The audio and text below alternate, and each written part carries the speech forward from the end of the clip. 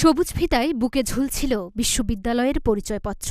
সেখানে নামের জায়গায় লেখা মীর মাহফুজুর রহমান মুগ্ধ। ফেসবুকে মুগ্ধর ৩৮ সেকেন্ডের একটা ভিডিও শেয়ার করেন তারই যমজ ভাই মীর মাহবুবুর রহমান স্নিগ্ধ। সেখানে তিনি লিখেছেন, মুগ্ধর কপালে গুলি ছোট গর্ত করে ডান কানের নিচে বড় গর্ত করে বেরিয়ে গিয়েছিল। নিহত হবার আগেও সে বিস্কুট ও পানি দিয়ে আন্দোলনে সহযোগিতা করছিল।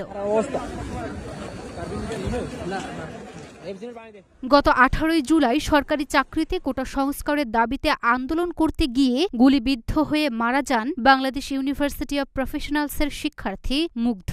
নজিরবিহীন কোটা সংস্কার আন্দোলনে নিহতদের একজন এই মুগ্ধ। নিজের ফেসবুকে তার ভাই স্নিগ্ধ বর্ণনা দিয়েছেন সেদিনের ঘটনাকে। ফেসবুকে স্নিগ্ধের শেয়ার করা ভিডিওতে দেখা যাচ্ছে, মৃত্যুর আগে শেষ মিছিলেও মুগ্ধ আন্দোলনকারীদের হাতে ওয়াটার কেস থেকে পানি তুলে দিচ্ছেন। তাকে বারবার বলতে শোনা যায়, এই পানি লাগবে, পানি। মুগ্ধর মৃত্যুর ঘটনার বর্ণনা দিয়ে ফেসবুকে পোস্ট করেছেন তার এক বন্ধু। তার বর্ণনা মতে, আন্দোলনের এক পর্যায়ে তারা বিশ্রামের জন্য রোড ডিভাইডারের উপর বসে। তখন পর্যন্ত পুলিশ কাউকেই গুলি করেনি। হঠাৎই পরিস্থিতি ঘোলাটে হতে শুরু করে। সবার মধ্যে ভর করতে থাকে ভয় আর আতঙ্ক। সবাই দৌড়াতে শুরু করে। জীবন বাঁচাতে সে দলে যোগ দেয় মুগ্ধর বন্ধুরাও, কিন্তু পারলেন না মুগ্ধ।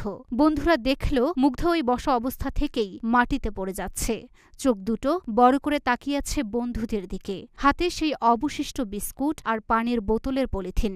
কপালে গুলির স্পষ্ট চিহ্ন। লুনা আফরোজ নিপা, ঢাকা পোস্ট।